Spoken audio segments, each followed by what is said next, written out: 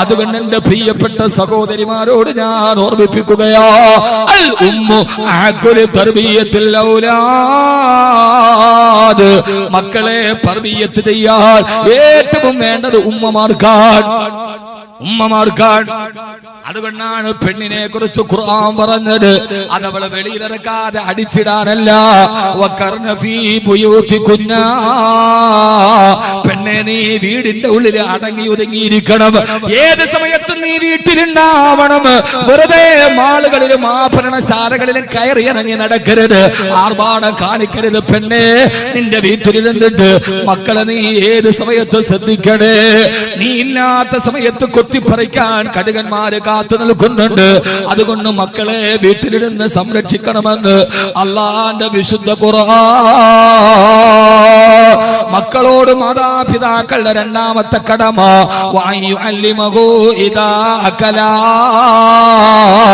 വകതിരിവായാൽ ഇൽമു പറഞ്ഞു കൊടുക്കുക, അള്ളാനെ കുറിച്ച് പറഞ്ഞു കൊടുക്കുക.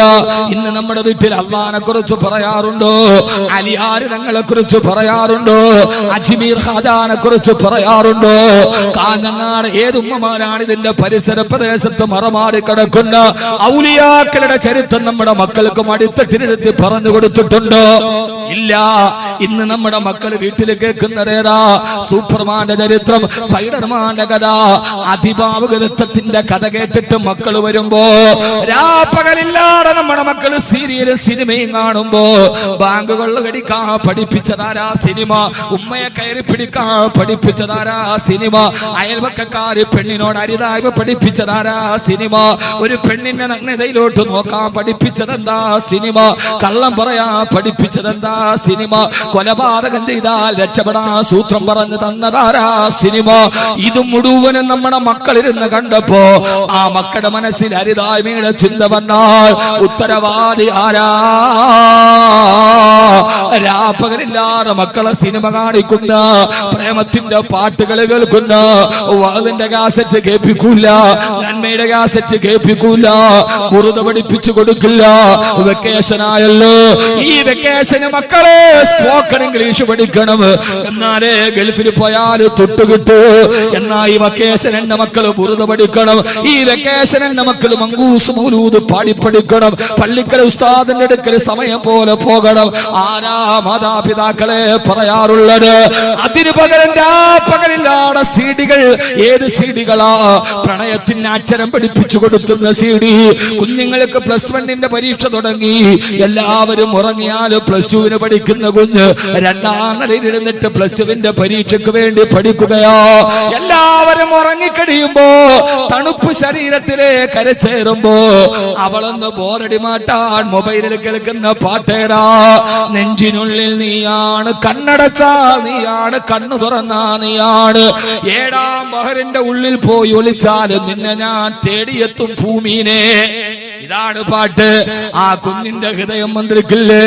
ബേക്കൽ കോട്ടിലെ തിരമാലകള് കരയിലേക്ക് തലതല്ലി തിരിച്ചു പോകുമ്പോ മടിയില് തല വെച്ചിട്ട് എന്റെ നീലക്കണ്ണിന് നോക്കി നിരാപക്ഷിയുടെ നിതാന്ത വിസ്മയത്തോട് ഇങ്ങനെ ഒരു പാട്ട് പാടിത്തരാൻ എനിക്കൊരു കാമുകനുണ്ടായിരുന്നെങ്കിൽ എന്നാ പെണ്ണ് ചിന്തിച്ചു പോയാൽ ഇതവൾക്ക് പഠിപ്പിച്ചു കൊടുത്തതാരാ?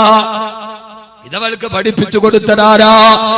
അവിടെ നമ്മൾ തൊട്ടിലിൽ കിടക്കുന്ന പ്രായത്തിൽ പോലും സൂപ്പർമാന്റെ കഥ കേൾക്കുന്നത്, സിനിമയുടെ പാട്ടുകൾ, കുഞ്ഞുങ്ങൾ പാടുന്ന പാട്ടേതാ? മിന്നാമിനിങ്ങിന്റെ കഥ. എന്നാൽ നമ്മുടെയൊക്കെ ഉപ്പയും ഉപ്പാപ്പയും ഒക്കെ വീട്ടിൽ, നമ്മുടെ വീടിന്റെ കോന്തരയിൽ ഒരു ചെറിയ തൊട്ടിലുണ്ടായിരുന്നു.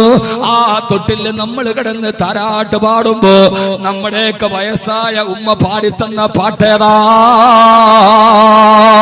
ലാ ഇലാഹ ഇല്ലല്ലാഹു ലാ ഇലാഹ ഇല്ലല്ലാഹ് ലാ ഇലാഹ ഇല്ലല്ലാഹു മുഹമ്മദുർ റസൂലുള്ളാഹ്.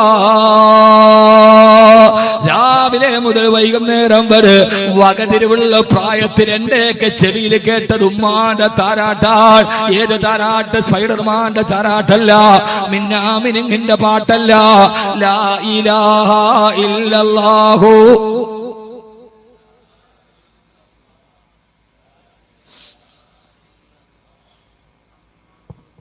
ഈ പഴയ കാലത്തേക്ക് തിരിച്ചു വരണം. നിന്റെ ആർഭാടവും ഈ പുതിയ ചിതലരിച്ച ചിന്തകളും മാറ്റണം. എന്നിട്ടുമ്മ പിന്നെയും പഠിപ്പിച്ചു തന്നതാരാ? ഉമ്മ മടിത്തട്ടിലിരുത്തി പാടി തന്നത് സൂപ്പർമാനെ കുറിച്ചല്ല, സ്പൈഡർമാനെ കുറിച്ചല്ല. 65 വയസ്സായിട്ടും ഒളിമങ്ങാത്ത മമ്മൂട്ടിയുടെ സൗന്ദര്യത്തിന്റെ പിന്നിലെ സോപ്പിന്റെ പതയെ കുറിച്ചല്ല. ഉമ്മയും വാപ്പയും പിന്നെ നമ്മളോട് പാടിത്തന്നത് മക്കളെ വീരനാമലിയാരുടെ വീരകഥകൾ കേൾക്ക, വീരനായി നീ വളരണം, ആരംഭപ്പനാരമേ ലാ ഇലാഹ.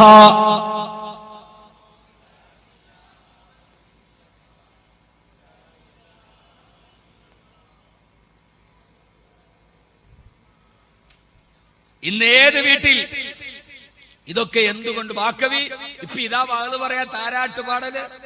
മോനെ കുട്ടികളെ പഠിപ്പിക്കേണ്ടത് എപ്പോഴാ? 10ാം ക്ലാസ് കഴിഞ്ഞിട്ടല്ല. ഞാൻ പറഞ്ഞ എങ്ങനെ നോക്ക്, നിങ്ങക്ക് പോകാൻ ധൃതിയുണ്ടോ?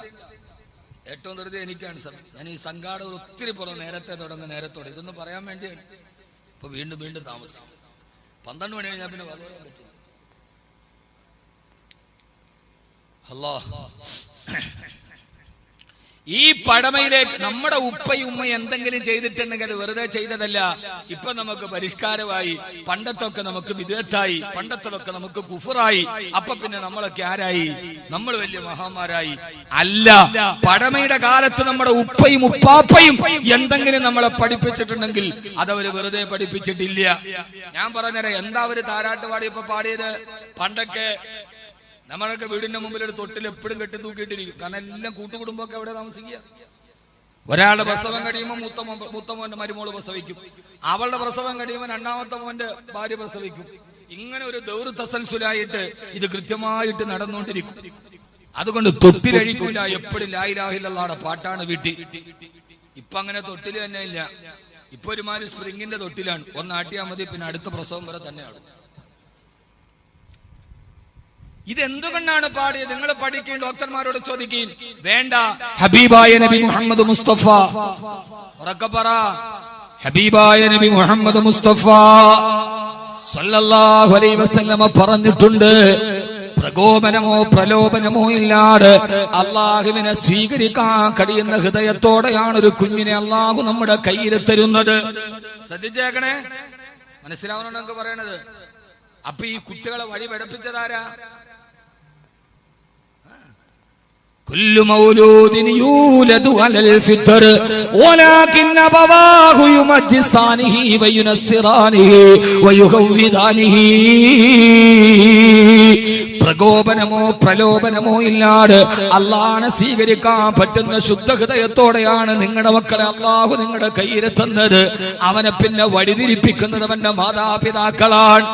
ഒരു കുട്ടിയെ അള്ളാഹു നമ്മുടെ കയ്യിൽ തരുമ്പോ ഉസ്താദ് ഈ ചെറുപ്പകാലത്തെ കുട്ടിയോട് ഇപ്പൊ അള്ളാഹിനെ കുറിച്ച് പറഞ്ഞ അവന് മനസ്സിലാക്കാൻ പറ്റുമോ എന്ന് ചോദിക്കുന്ന കൂപമണ്ടൂപങ്ങളെ നിങ്ങൾ ഒരു കാര്യം കേട്ടോളീൻ.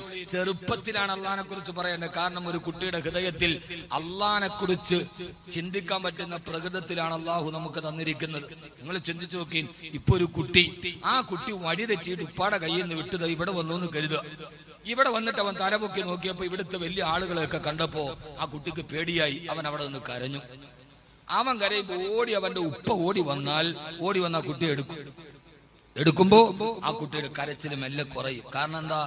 ആ കുട്ടിയുടെ ഹൃദയത്തിൽ ഉപ്പയോട് സ്നേഹമുണ്ട്, ഉപ്പ അറിയാം. പിന്നെ ഉമ്മ ഓടി വരും.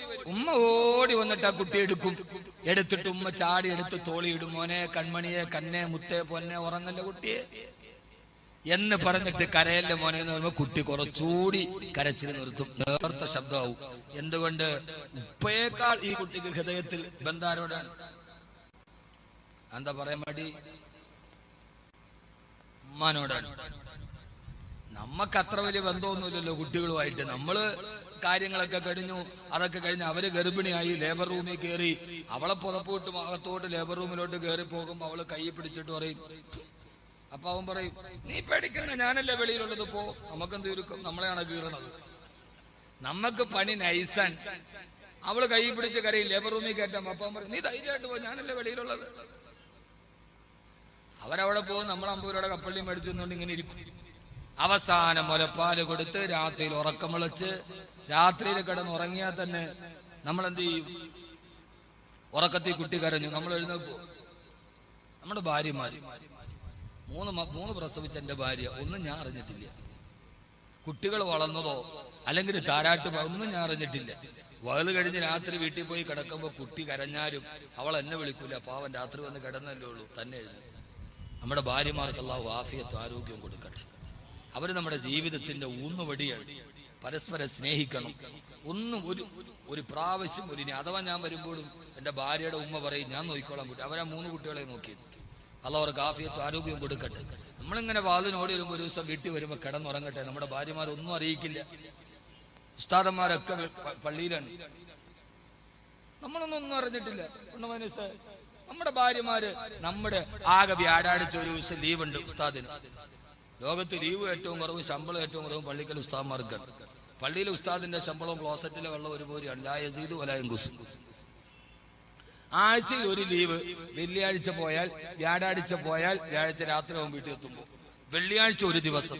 ഇനി ഖുത്ബയുള്ളവരാണെങ്കിൽ വെള്ളിയാഴ്ച പോയാൽ ആകെ 2 ദിവസം. സ്വന്തം മക്കളെക്കാളും ഭാര്യയെക്കാളും സമയം കൂടുതൽ ചെലവഴിക്കുന്നത് ഒരു മഹല്ലിലാണ് ഒരു ഖത്തീബ്.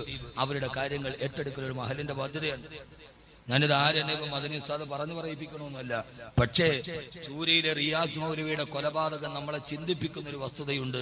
നമ്മുടെ പള്ളികളിൽ താമസിക്കുന്ന ഖത്തീബുമാരുടെയും മുഅദ്ദിൻമാരുടെയും സുരക്ഷിതത്വം എത്രത്തോളം കുറവാണ് എന്ന കാര്യം നമ്മളെല്ലാവരും ചിന്തിക്കും. പള്ളി ഇശായിക്ക് അടച്ചു, എല്ലാവരും പോയി വീട്ടിൽ പോയി. പള്ളിയിലാകെ ഖത്തീബ് ഉണ്ടാവും, മുഅദ്ദിൻ ഉണ്ടാവും. അവരുടെ സുരക്ഷിതത്വം അത് എത്രത്തോളം ദുർബലമാണ് എന്ന കൊലപാതകം നമ്മെ ഓർമ്മിപ്പിക്കുന്നു. ഇല്ലേ? ഞാനതിന്റെ പുറകിലോട്ടൊന്നും പോകുന്നില്ല.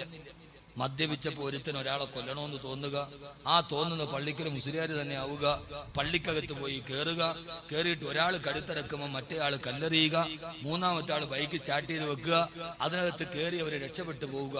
ഇതൊക്കെ അവർ മദ്യത്തിന്റെ ലഹരിയിൽ കുഴഞ്ഞു വീണപ്പോഴാണ് എന്ന 2014 ഏറ്റവും വലിയ തമാശ കേട്ടിട്ട് പൊട്ടിച്ചിരിച്ച ആളുകളാണ് നമ്മൾ. ഞാൻ അതിനെക്കുറിച്ച് കൂടുതൽ സംസാരിക്കാത്ത ഈ കാസർഗോഡ് ചെറുപ്പക്കാർ ഭയങ്കരമായി ഉത്തേജനമുള്ളവരാണ്. അപ്പൊ ഞാനും കൂടെ പുറത്ത് പ്രസംഗത്തിൽ ഉത്തേജനം കൂട്ടണ്ടെന്ന് വിചാരിച്ചാൽ അതിനെക്കുറിച്ച് മിണ്ടാതിരിക്കുക. കാരണം ആ ചെറുപ്പക്കാർക്ക് സ്നേഹം കൂടുതലാണ്, അവർ പെട്ടെന്ന് പ്രതികരിക്കും. അത് കാസർഗോഡ് പ്രത്യേകതയാണ്. ഈ ചെറുപ്പക്കാർക്ക് ഈമാൻ ഇസ്ലാമിനുള്ള ഒരു ആവേശം അതേതാണെങ്കിലും കൂടുതലാണ്. അതുകൊണ്ട് ഞാൻ അതിനകത്തേക്ക് ഒരു തീപ്പൊരി ഇടണ്ടെന്ന് വിചാരിച്ചിട്ടാണ്. പക്ഷേ ഈ രീതിയിലുള്ള തമാശയൊന്നും പറയരുത് എന്ന് അധികാരികളോട് വിനീതമായിട്ട് ഓർമ്മിപ്പിക്കുകയാണ്.